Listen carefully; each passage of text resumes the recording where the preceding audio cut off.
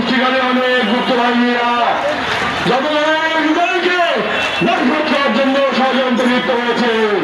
সুতরাং আমাদেরকে সুশৃঙ্খলভাবে ঐক্যবদ্ধভাবে ধানের শীষের বিজয় নিশ্চিত করা পর্যন্ত না করা পর্যন্ত আমরা কেউ ঘরে ফিরে যাব না।